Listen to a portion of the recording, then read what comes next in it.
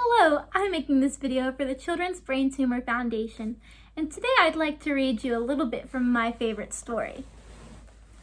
Once upon a time, a lovely queen sat by her window sewing. As she worked, she pricked her finger with her needle.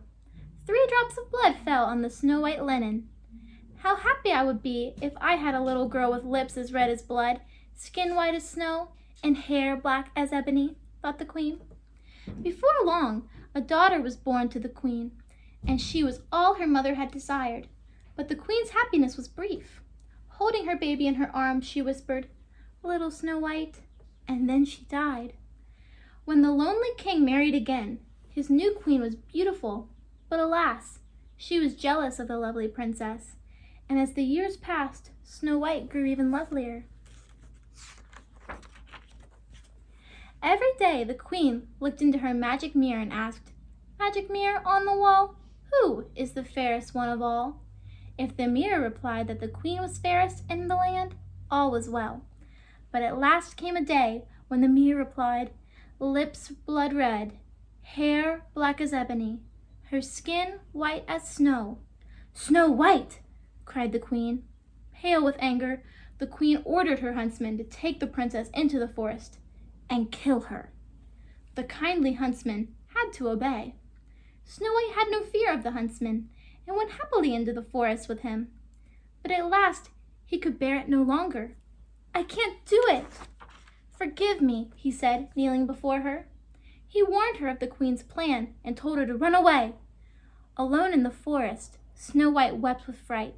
Then, ever so quietly, out from the trees, crept little woodland animals. When Snow White saw them, she smiled through her tears. "Everything's going to be all right," Snow White said to herself. "But I do need a place to sleep at night." Off flew the birds, leading the way. Snow White followed. At last, through the trees, she saw a tiny cottage nestled in a clearing. "Oh, it's adorable!" she cried, "just like a doll's house." Snow White peeked inside. There seemed to be no one home, but the sink was piled high with dirty dishes and everything was blanketed with dust. Snow White also noticed 7 tiny chairs and decided that 7 little children must live in the cottage. "Maybe they have no mother," said Snow White. So in she went, followed by the animals, and began to clean the cottage from top to bottom. Upstairs, Snow White found 7 little beds in a row, each with a name carved on it. Doc, Happy, Sneezy, Dopey. What funny names for children!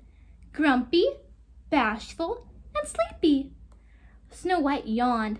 "I'm a little bit sleepy myself." With that, Snow White sank across 3 of the little beds and fell asleep. Meanwhile, 7 little men came marching through the woods. As they came in sight of their cottage, they stopped short. Smoke was curling from the chimney, and the door was standing open. "Something's in there," they cried. "Who could it be?" At last, on timid tiptoe, they all went inside to investigate. "Why, the whole place is clean," said Doc. Suddenly, they heard a sound upstairs. Slowly, up the stairs they crept, 7 frightened little dwarfs. Standing in a row at the foot of their beds, they stared at the sleeping Snow White. "Why, it's a girl," said one of the dwarfs. At that, Snow White woke up.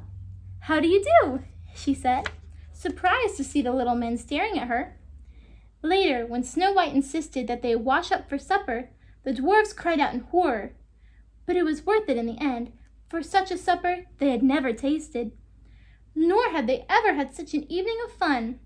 All of the forest folk gathered around the cottage windows to watch them dance and sing. Back at the castle, the queen asked the mirror again, "Magic mirror on the wall, now who is the fairest one of all?"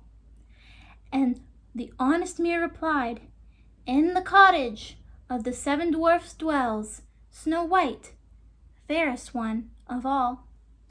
The queen realized that the huntsman had tricked her. Enraged, she hurried down to a cave beneath the palace to begin her black magic. First, she disguised herself as a toothless old peddler woman. Then she searched her book of spells for a horrid spell to work on Snow White. Ah, a poison apple, she decided. With one bite of the apple, Snow White's eyes will close forever. The next morning, Snow White said goodbye to the 7 dwarfs as they went off to work. Don't let nobody or nothing in the house, warned Grumpy. Then off they marched to the mine, where they decided not to do their regular jobs that day. Instead, they worked on a special gift for Snow White. From the shadows of the trees, the queen had watched the dwarfs leave. Slowly, she crept up to the cottage.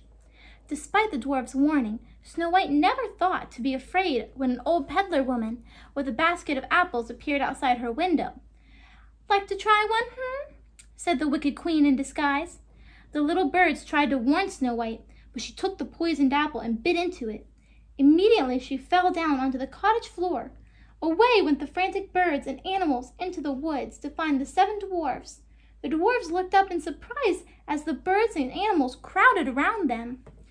They then realized that Snow White must be in danger. "The queen!" they cried as they ran for home. They were too late. They came racing into the clearing just in time to see the queen slip away into the shadows. They chased her through the woods until she plunged off a cliff and disappeared forever. When the dwarfs came home, they built Snow White a bed of glass and gold and set it up in the forest. There, the 7 dwarfs kept watch over her night and day. They were heartbroken. After a time, the prince of a nearby kingdom heard travelers tell of the lovely maiden asleep in the forest, and he rode there to see for himself. The moment he saw her, the prince knew that he loved Snow White truly. He knelt beside her and kissed her lips. At the touch of love's first kiss, Snow White awoke. The spell was broken. There, bending over her, was the prince of her dreams. Snow White thanked the 7 dwarfs for all they had done to help her. Then she gave each of them a kiss and said goodbye. Together, Snow White and the prince rode off on a white charger to his castle, where they lived happily ever after. The end. Thank you.